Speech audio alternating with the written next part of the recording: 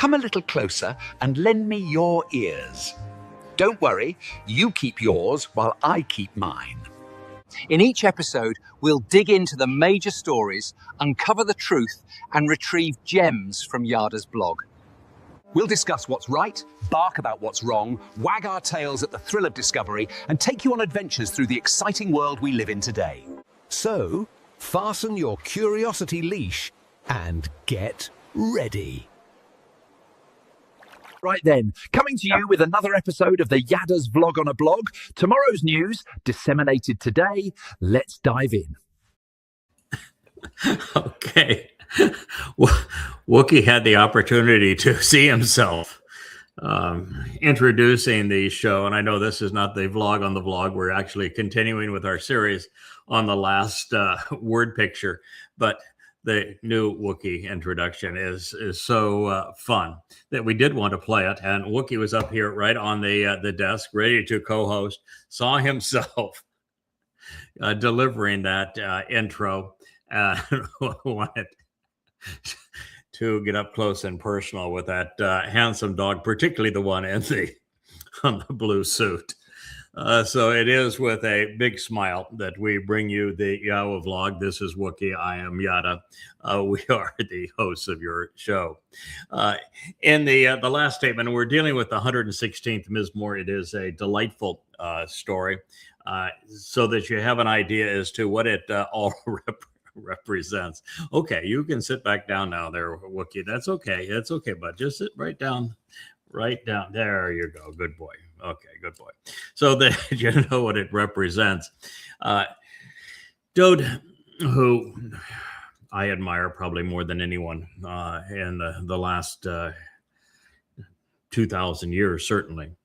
I recognize that he had the weight of the world on his shoulders. It's the toughest job in the world to speak for Yahowah, to represent him, and to do so in the presence of his people, who have a tendency to be very difficult to be around, as we learned from the Exodus, where Moshe got so fed up with them that just 3 days out of Choreb, he said, God, you might as well just kill me. No one can do this job. If you have any respect for me at all, you'll not have me continue to do this. This job cannot be done.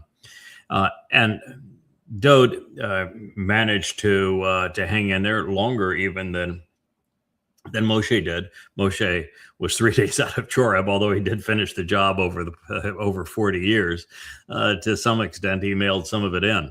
And he just got them to the promised land and not into it. As it relates to Dowd, he had really 48 pretty good years. He started at 8 years old, and it was 56 before he had his complete crash and burn.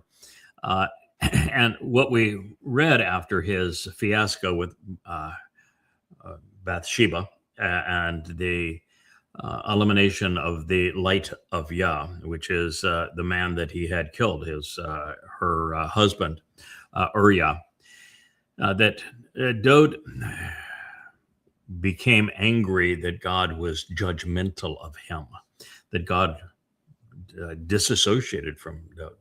To a large extent, they were not on speaking terms. And rather than accept that he had been wrong and learn from it, we all make mistakes. We all are wrong at times. We all stumble and fall. And rather than Dowd getting back up and recognizing that he could learn from this experience and grow from it, Dowd didn't.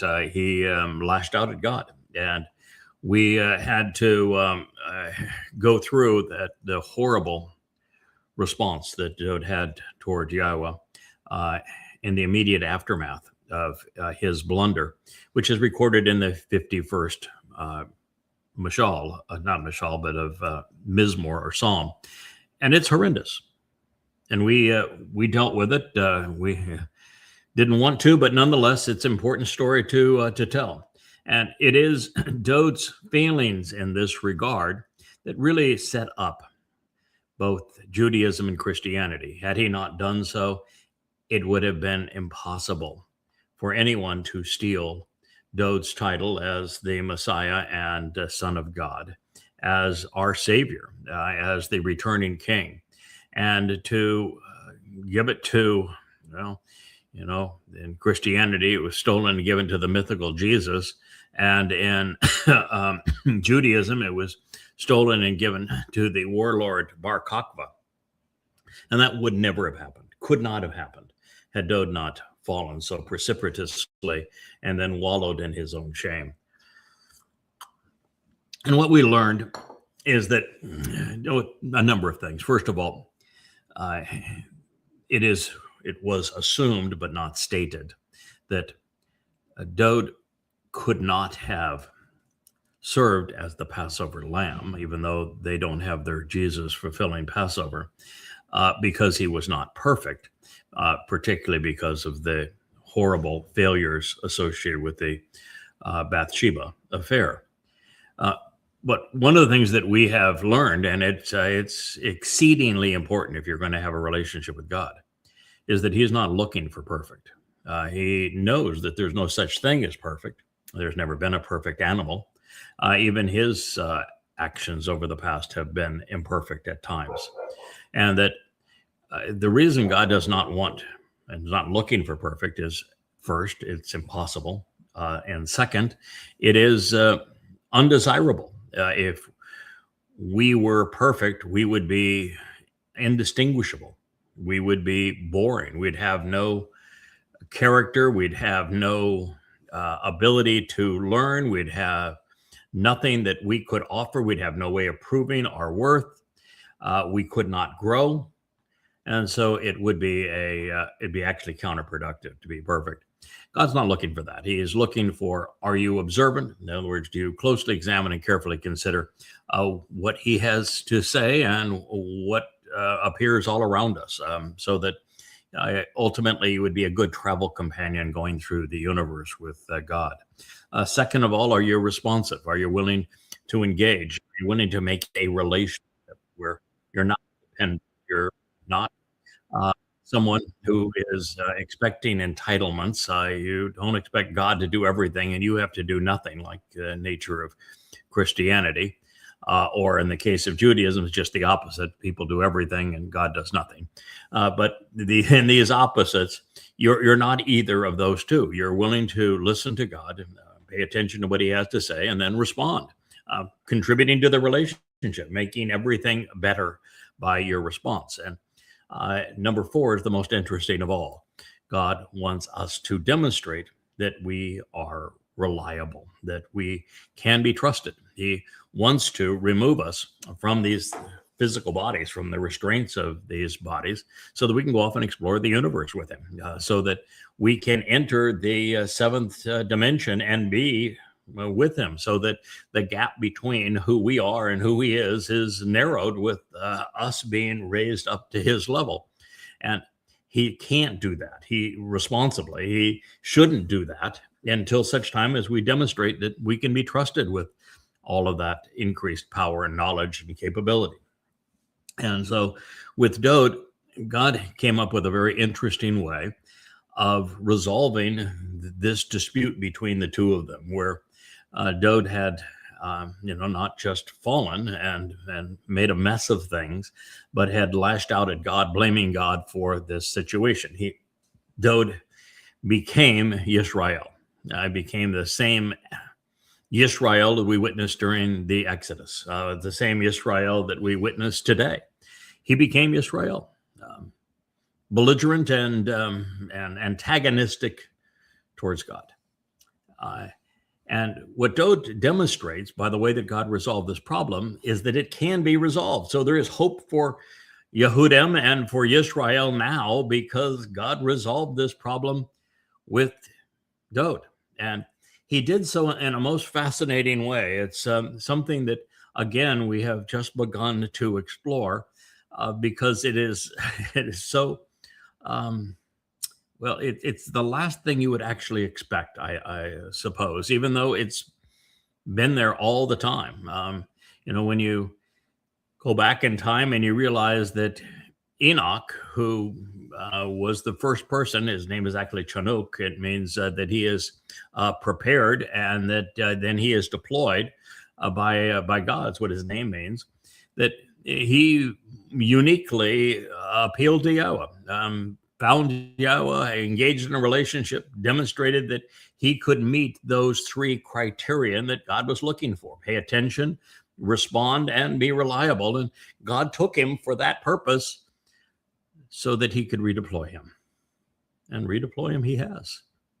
And by starting with someone that existed very early on, 5,400 years ago, God was able to reinsert him, just taking his Nephesh soul and Nasama conscience and reasserting that in a temporary Bashar body, using DNA to reconstruct a body and putting him in. And so long as God started with him early on, 5,400 years ago, it's pretty early on, and then inserted him when need be to keep his people and plan on track, then God could do so without interfering with free will and without making such a scene that he becomes undeniable. It's the best of all worlds. And God did that very thing with his beloved son, Dowd. He walked away, as he must, when Dowd became so contentious and belligerent. And rather than giving up on him, which he could not do, and without ending the entire human experience, there would have been no purpose in creating mankind, for creating this planet conducive to life, for the entire human experience, for even sharing the Torah and creating the Moed and the covenant, the Beryth. It's all for naught if God couldn't reestablish his relationship with Dowd, and yet he wasn't talking to him, just as he's not talking to Israel.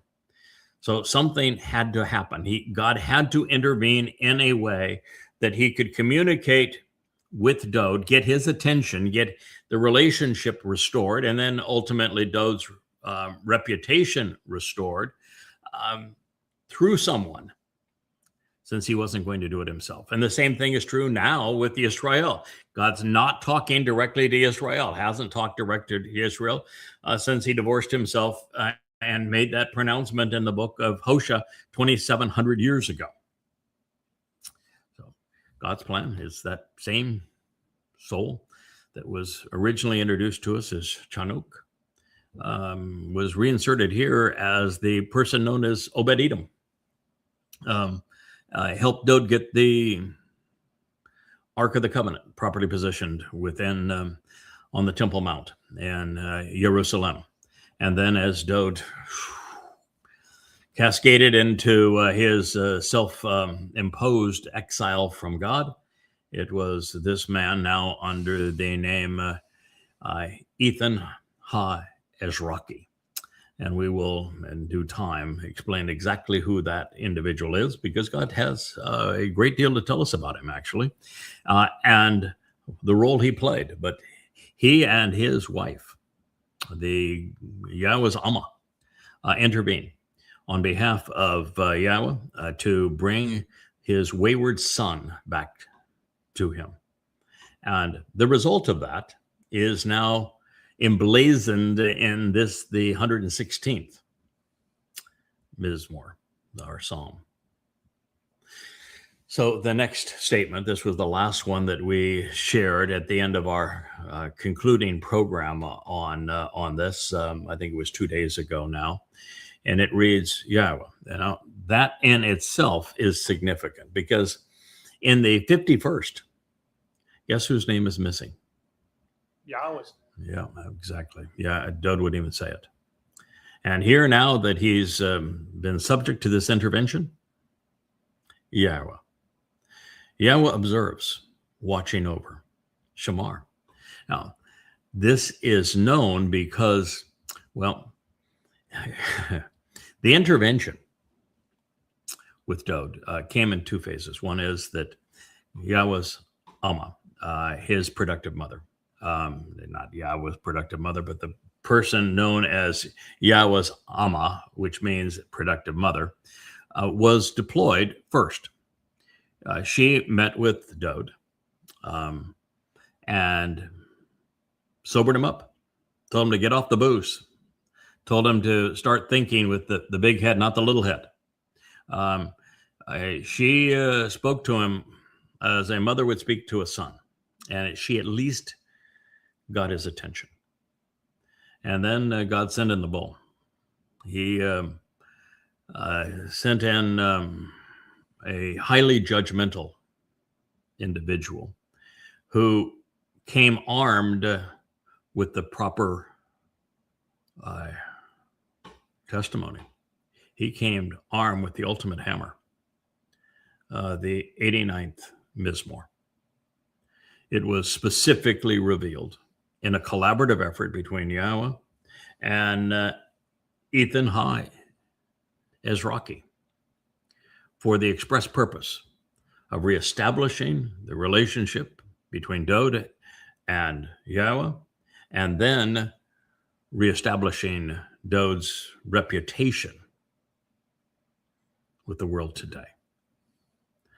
And in it, one of the statements that is made is that Yahowah shamar Dowd, that Yahowah keeps a watchful eye on Dowd, that he never lets Dowd out of his sight, that he is focused upon his beloved son. And so Dowd is reaffirming that he knows that to be true now. Yahowah observes, watching over, keeps focused upon shamar. And he's saying now the open-minded and the receptive. Yeah, because guess what happened to Dowd? Dowd's mind was opened and he became receptive to Yahowah again, became amenable, approachable, is what pathe means. So Yahowah is observant and pays attention to, is focused upon the open-minded and the receptive. Now, the beauty of this statement is it's not entirely self-centered.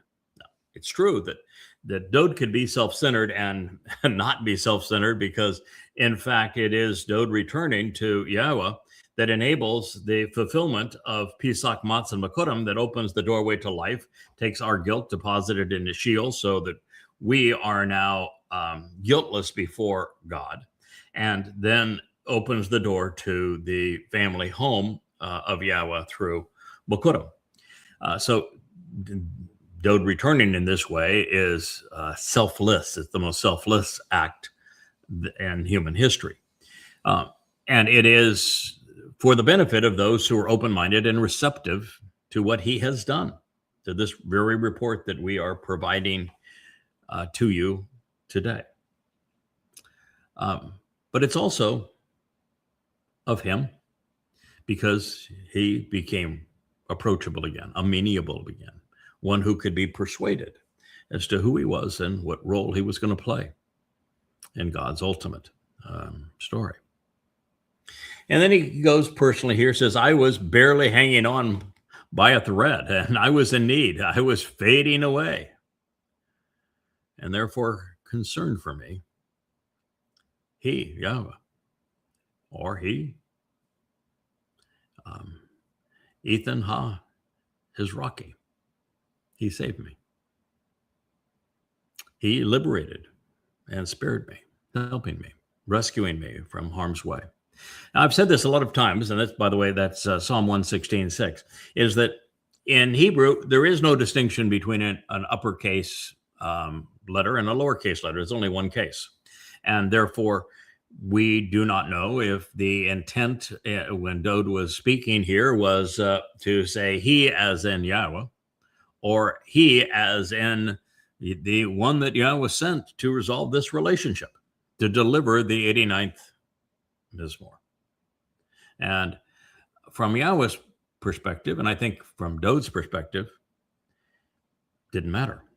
Didn't matter if you saw this as a lowercase he, as the person who delivered the message to Dowd that saved him, that liberated and spared him, that helped him, that rescued him from harm's way, from Yasha, as Yasha, as his deliverer.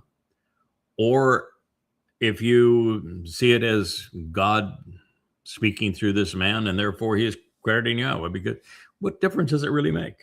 I mean, Yahowah made a commitment that he was going to work through people and speak through them And Dowd was one of the people that he would work through and speak through. But at this moment, Dowd wasn't listening to him. So he had to have another person that he could speak through and work through to get Dowd's attention and to save him from himself. No, God's the operative actor that makes this possible. But he's also working through a tangible, very real person. So I think that it doesn't really matter if it's the lowercase he is in Yahowah, or he is in this man that delivered the message of the 89th Mizmowr. And by the way, wrote a considerable amount of it. And I've spent now 5 days tracking down why Ethan Ha is Rocky. Delve into a combination of statements very early on in this by telling us that there would be a man from the sea, a man from the west, who would be elevated by Yahowah and deployed as surging waves, even as stones within those waves, to agitate the religious of Yisra'el and then to caress the land itself, relentless in his pursuit of Yisra'el, who would ultimately be the one who brings down the most nefarious of all people. He is called Rahab, and he is brought down by the final Yisra'el who was empowered for this purpose.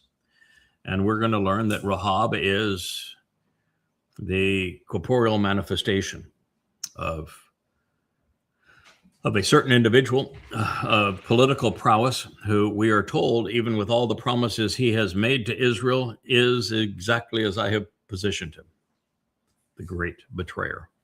When Israel needs support, he will betray Israel. And the man who ultimately brings that great betrayer to his knees is the final Yisra'el. He is the author of the 89th Mizmowr, the 89th Psalm. He's inspired by Yahowah, the conveyor of many of Yahowah's statements, but he presents himself in that role because it's important that Dowd understand that the man speaking to him that resolves this conflict between he and Yahowah, he has skin in the game. That he's the other man that will offer his Bashar body to be pummeled by the beast. And that he does so to make it possible for Dowd to return. And that as someone who is nearly as vital to God's ongoing story as is Dowd himself, he has earned the right to talk very sternly, but also exceedingly confidently and credibly to the king, to restore his reputation with Yahowah, and then to restore his reputation with his people. And so that is how this extraordinary event is being resolved. So while the open-minded and the receptive, comprise even today our target audience, when it comes to the testimony of God, they remain as rare as they were in Dowd's day. And with Dowd's day, there was one. And yet, apart from denouncing religion, politics, and conspiracy, collectivism, anti-Semitism, and militancy, there is very little that we can do to alter this equation to God's favor. All of those who prefer religion, politics, conspiracy, collectivism, anti-Semitism, and militancy are automatically set apart from those who can process this message. They are the unreceptive when it comes to God's favor. So we can learn the truth, we can share it, knowing that we and it will remain unpopular and to the point of being publicly crucified for conveying it. That's important for you to know. But the old adage, and I think this is kind of fun, that I'm hanging by a thread, well, it was coined by Dowd. And in this case, it was true. If not for the intervention that transpired to create this song out of the 89th song, revealing these results, he would not have been liberated from the worth aspects of his nature. He would have remained as Israel is today, and all hope for Israel's recovery would have been lost. And while it is becoming undeniably obvious from the written record that Yahowah has provided that the Amma and her Baal were inserted into this timeline to rectify the gravest of all concerns, these people would not have existed, and they would have made no difference had Yahowah not conceived them, prepared them, and then deployed them as needed. But God did. We did. He did. And the result is this pronouncement: my Nephesh soul, my Nephesh soul has decided to return and has been restored to your home and restful abode to recuperate. Indeed, it is true, Yahowah has weaned and raised you, providing recompense through you. So here we go. Dowd now understands you need to rise above the physicality of a body and all of the desires of a body and concerns over a body, and recognize that your calling is all enmeshed in your Nephesh soul.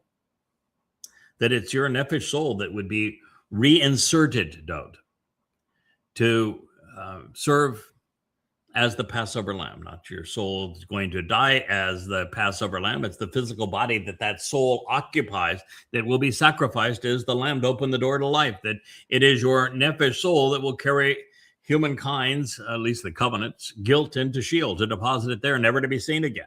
It's your Nephesh soul that will be released from Sheol, encapsulated in the Ruach, and brought back to your Father in Shamayim. That's where you are going to return. That is why once you are restored, that you can make this decision. You can recover and resolve the problem of all Yisra'el and the covenant family as a result of this. And you can go and we can follow to your restful home to recuperate. Yes, indeed. That's powerful. That's life transforming. So it is true that Yahowah has weaned and raised you. Now, what do you think Dowd's talking about here? Would he say me if he was speaking of me? Providing recompense through you?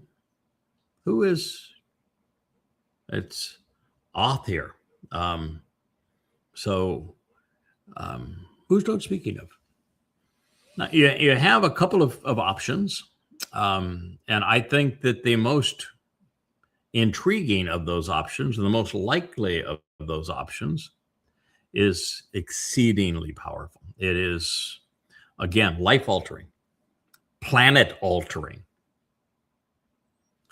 Because Oth, Gamel al-Oth, that Yahowah has weaned and raised you, providing recompense through you, has expended considerable time and energy to rear you. You is feminine singular. I think the answer is really quite simple. What did he talk about in the previous sentence? His Nephesh soul. Nephesh soul is what? Feminine. Doesn't make Dowd girly, but it means that God is saving the world through Dowd's Nephesh. And so when he says that begins to speak of you, feminine, singular, He's saying through this one soul, his soul, God's going to save the world. That's how he's providing recompense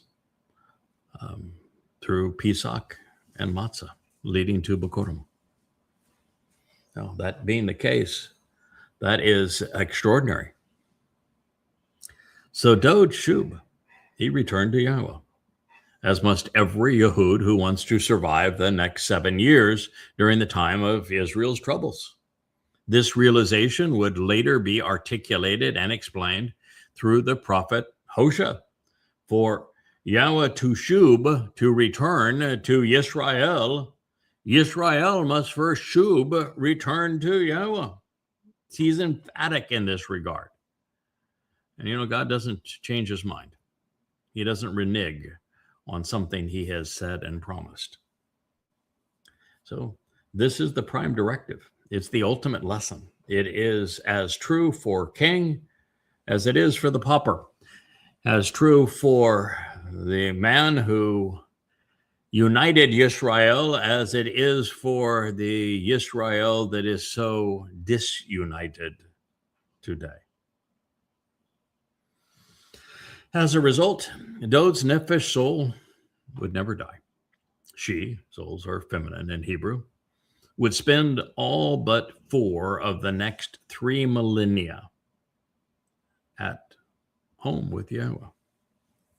And since the king realizes that the profound importance of this perspective on his soul and what his soul is going to accomplish, he steps out of first person to address the future of the world as a result of what his soul will accomplish doing so in third person.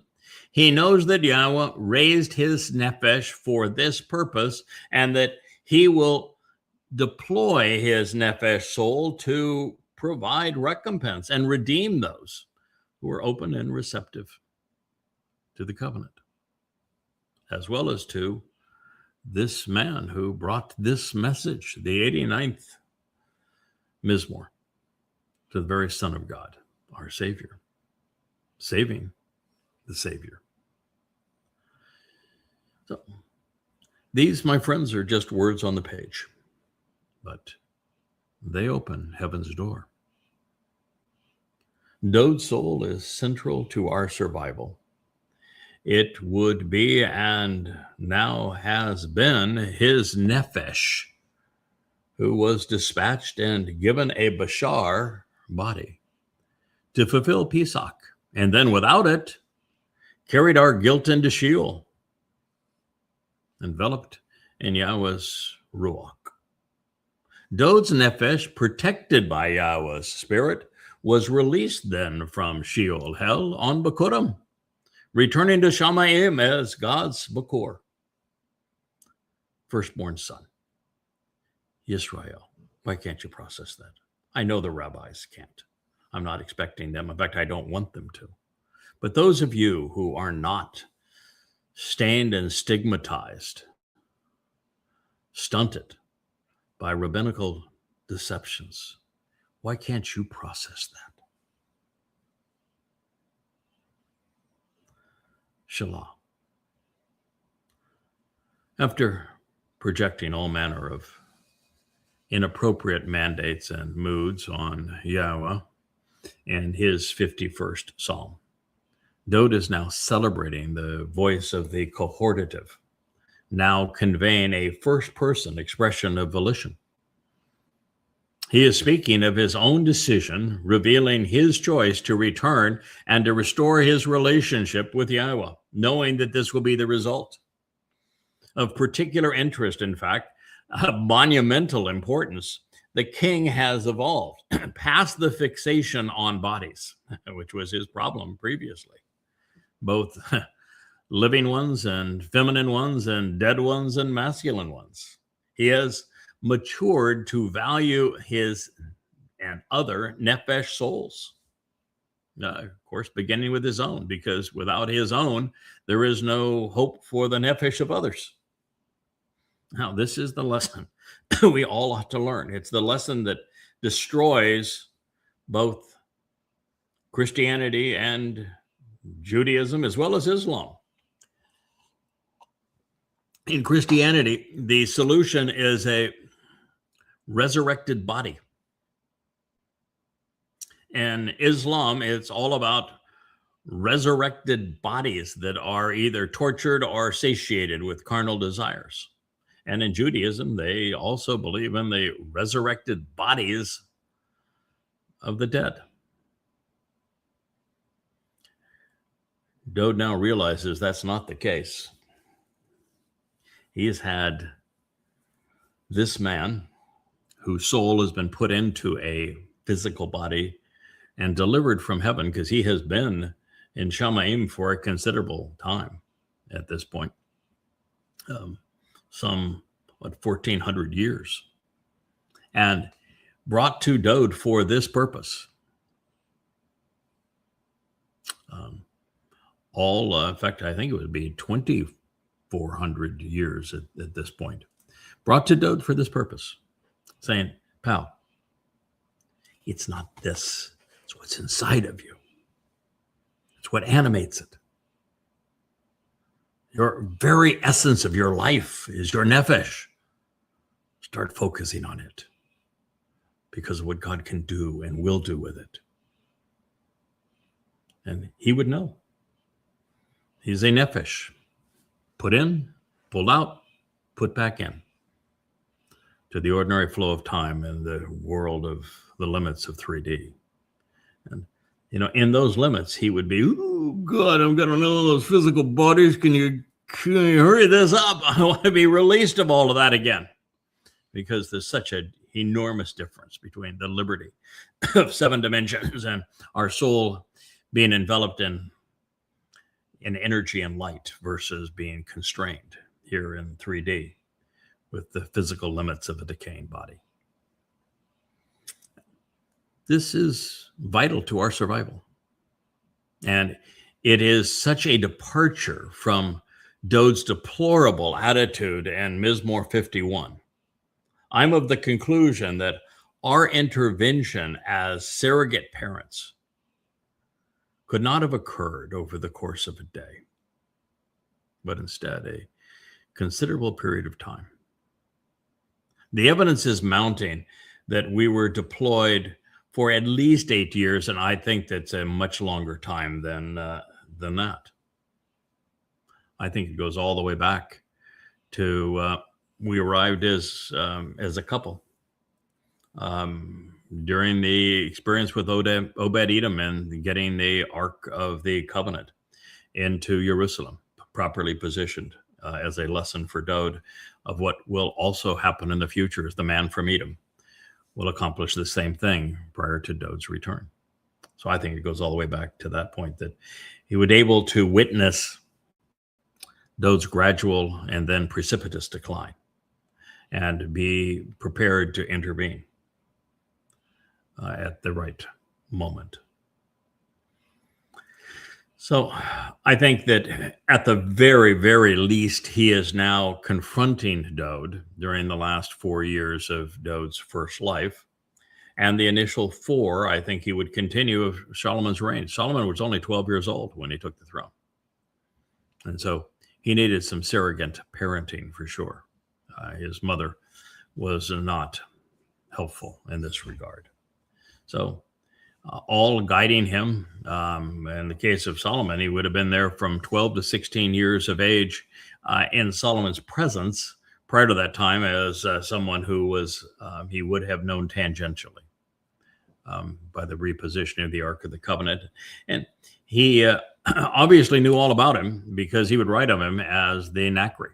And when he gave his Sermon on the Mount, that incredibly important speech in 2nd Chronicles 6. So I think that Solomon was guided by him from 12 to 16 years of age and up to the point of beginning the construction of the home for Yahweh's name.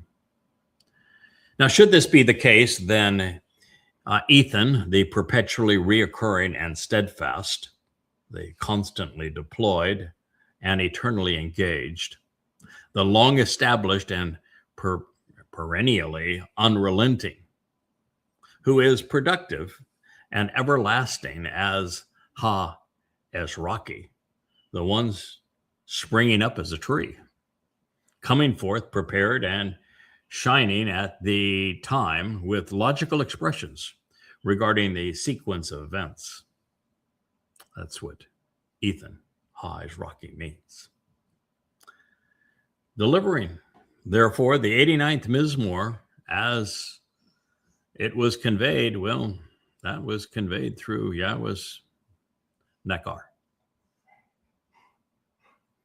Now, this would also explain why the Mashal were written during this interval by a father and mother, a husband and wife, and to their son on behalf of their God. Yes, we will learn who actually wrote them. So as a result, it reads this, yes, it's true. You have at this moment in time undressed and removed. You have withdrawn, you have rescued, you have gone through the process of unclothing, if you will, exposing my Nephesh from dying, from the plague of death, my eyes from tears, and thus my feet from stumbling. Mizmowr song, Psalm 116:8. Oh, so powerful, so accurate. In the last word picture, Mashal 31, the constant emphasis is on undressing Dowd so that he could actually see who he is, to expose him to himself. And then readorning him with the ultimate seamstress, the fashion coordinator for forevermore, the Amma, who is called the greatest of women and who is known as Ashar. So he was undressed. His clothes were removed. The facade was gone, leaving the soul of Dowd exposed. But therefore, we kept him from dying. His eyes were flooded with tears. There was nothing but sadness. But we removed those too. And therefore, this was the means to keep the king from stumbling. Remember what we've said? What God is looking for is that we, when we stumble, can get back up. That we, when we confront obstacles, clear them out of the way. When we're wrong, we learn from it. When we cry, we learn to smile. Rather than die, we live. That's the message. And sometimes the only way you can get there is to be completely exposed so that you see what's really important. You know, I was viciously attacked, as was my wife. When we noted that in God bringing us back to the conditions of Eden, that's the purpose of Sukkah, that it's a return to Eden. Now, that's profound by itself to recognize that 6,000 years ago, we were escorted out of Eden so that we would have an opportunity to demonstrate that we could meet the three criterion that God had established for us. And that recognizing that we were being brought back to Eden, I brought up, well, what was the dress code in Eden? Nothing but a smile, right? Now, does that mean that everybody going forward for the next 1,000 years is going to be naked? Probably not. I think that most will be adorned in the attire designed by my lovely wife, who is a fashion designer. But that's not what God meant when he said that Adam and Yahowah were naked and they were not ashamed. It means that prior to this whole event and the unraveling of it, that we can be exposed to God without shame. And this is what Dowd demonstrates when Obed-Edom resolves the problem of getting the ark properly positioned within on the Temple Mount under the tent of the restoring witness in Jerusalem. That Dowd realized, I don't have to have that responsibility. It's been taken from me and is being carried out by this man, Obed-Edom. And therefore, I can celebrate that result. And what he did is he put on the ephod, the attire up here over his heart of the high priest, knowing that his function when he returned as king 3,000 years later would be to anoint that mercy seat on Kippurim, which was the day he was going to return, as is required in the Torah teaching, for his restoration via the bull's blood, and for the restoration of Yisra'el by the goats, Elia and Yadis. And that he knew that at that time. And he was coming to embrace why that bull, therefore, the Adam of Parah, was the symbol Yahweh was using to bring the Ark of the Covenant into Jerusalem, and to celebrate the fact that the result of all of this is that we would be allowed back into the earth, restored to the conditions of Eden, where the dress code was a smile. He performed, he danced, celebrated, he was joyous. Eden means great joy. Naked from the ephod down. And when I shared that, and what we had is there's a bunch of just malcontent, disgusting women that like to tear me and my wife down, who know better, but their lives are miserable, and they, like all miserable, psychotic people, get their jollies by tearing others down to their level. But they messed with the wrong person from Yahweh's perspective. And so this is the picture that Dowd now has. He now is putting this all together. And he knows that he can dance without stumbling, that he can deal with the reality of his people and the predicament that he has created without tears in his eyes, and that his soul will live to perform all of these wonderful things, including the recompense needed to open the door to life and to resolve his guilt and the guilt of every member, so that we can be part of Yahweh's eternal family. This is what he was celebrating. Yahweh was true to his word. King Dowd, the chosen son of God and the Messiah, has never and will never die. And while his Nephesh soul would inhabit a mortal bashar body on 3 occasions, the soul placed within those bodies was pronounced and made immortal. This realization destroys the very foundation of Christianity. It undermines Judaism. It is a reminder that if you are among those who the Spirit of Yahweh is bequeathed upon, and you remain true to that calling, then your soul is forever perceived as being encapsulated in Yahweh's light and energy. It will never die.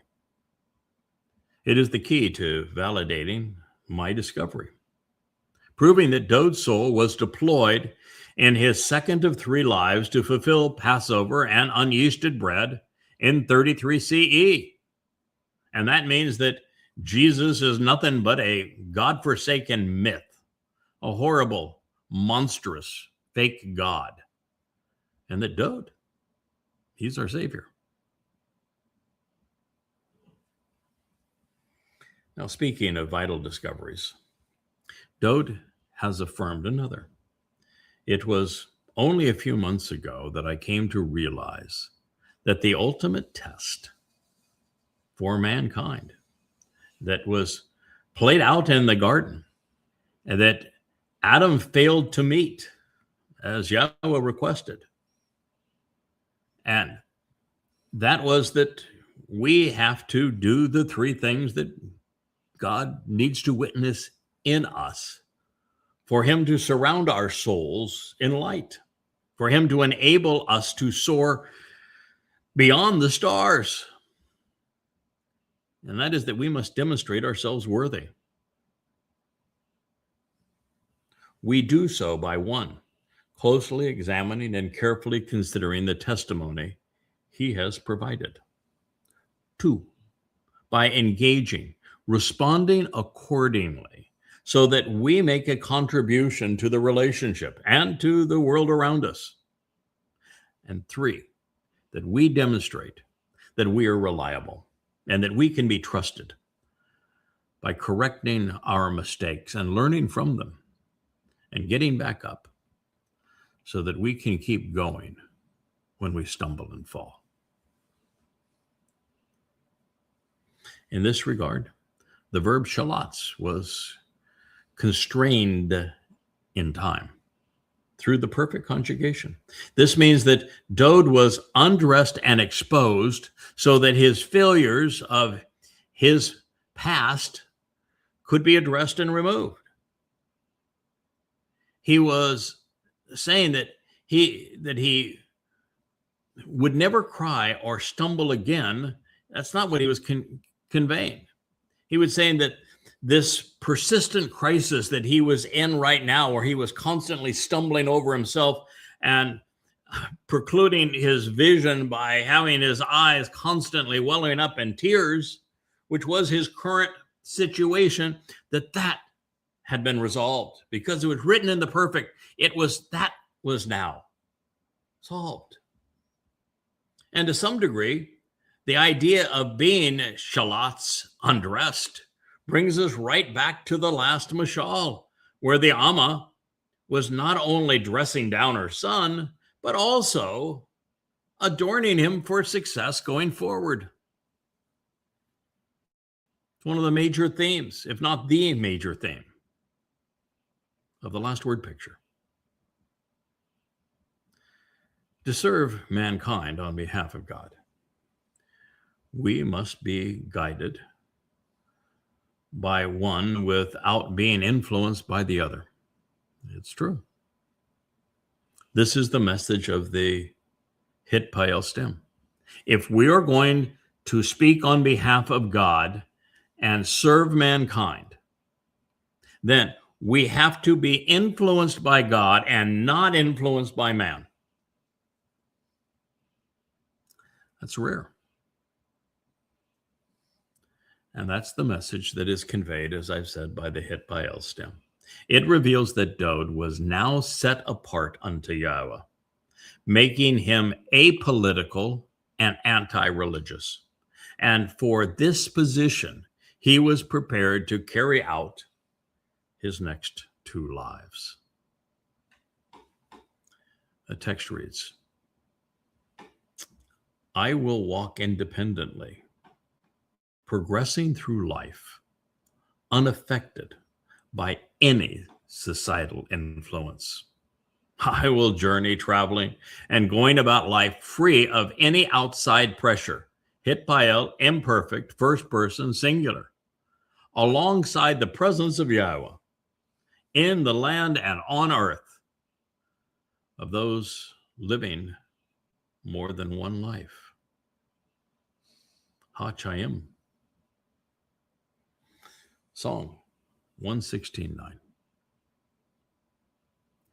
Now, when I tell people that Dowd fulfilled Pesach, Matzah, and Bikurim in 33 CE, there are those who claim that that's impossible because they think he died 1,000 years earlier, even though God said he's never going to die. And yet Yahowah was emphatic, confirming that this would never befall his son. Moreover, God is even more emphatic when affirming that Dowd will return as king forevermore. So since his Nephesh soul is alive, And since he is returning, why is it so difficult for people to accept that his soul will be placed in 3 physical bodies over that span of time rather than just 2? And multiple lives cannot be the issue because, well, they accept that Elijah, lived 2,880 years ago, but is returning as one of the 2 witnesses. They know that Enoch, walked with God and then was taken by him. For what purpose? It's not only obvious, but it's irrefutable that Dowd wrote in first person how he himself would be crucified 600 years before the torment was invented and 1,000 years before he endured it. If you don't think that's prophetic confirmation, then what is? Well, how about this? In 555 BCE, Dowd was sent to Daniel to reveal the exact day that he, as the Messiah, would fulfill Chag Matzah in 33 CE and provided that prophecy for us. And we have copies of Daniel going back 300 years prior to the fulfillment, absolutely, unequivocally proving that this is true.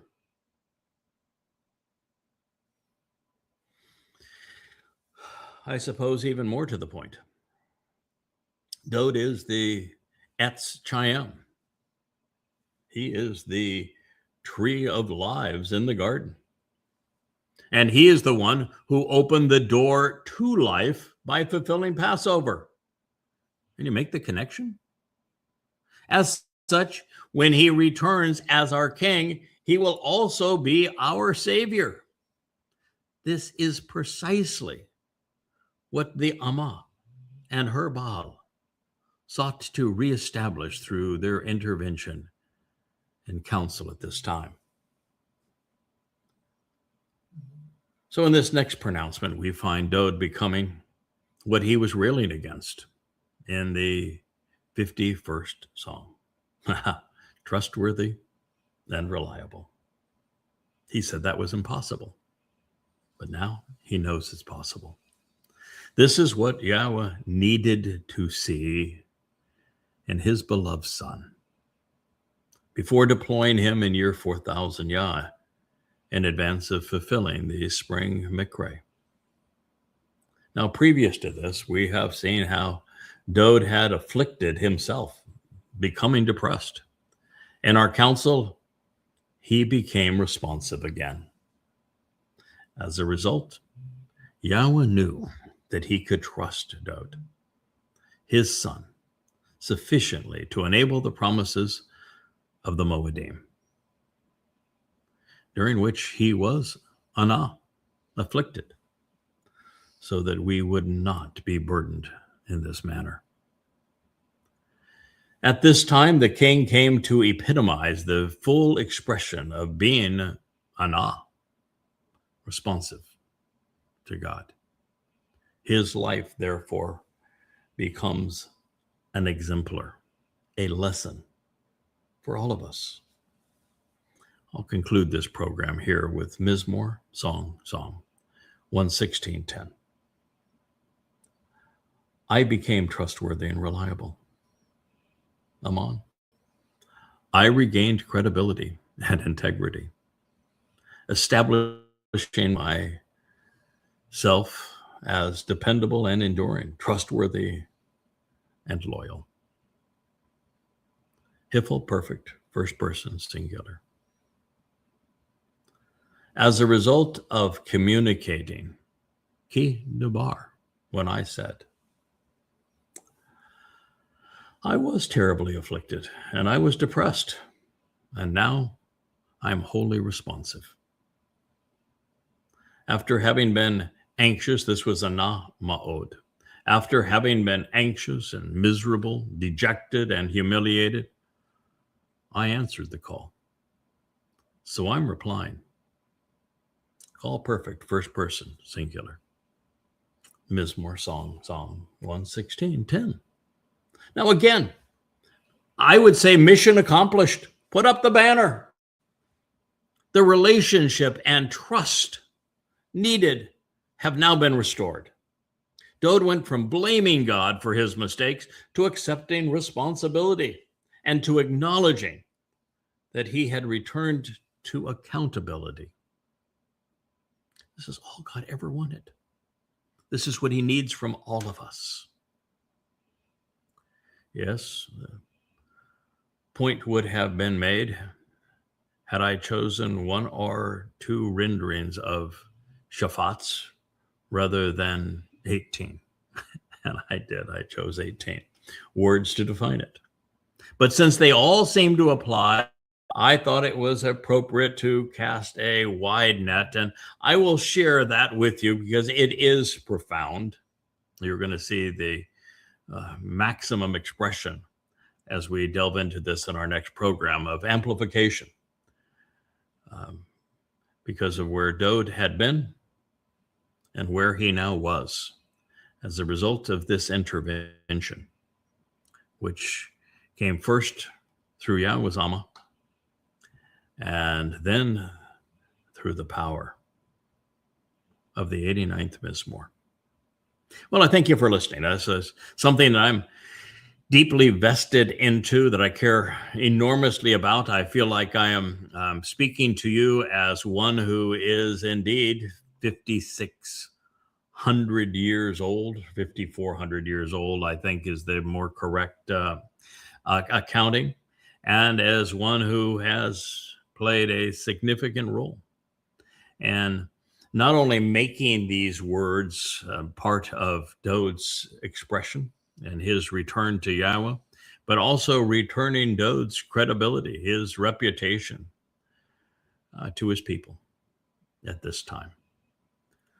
So, indeed, I thank you for listening. Good day. Hey there, thanks for tuning in. That was Fetch. Gotta run now. Catch Yao on our next podcast.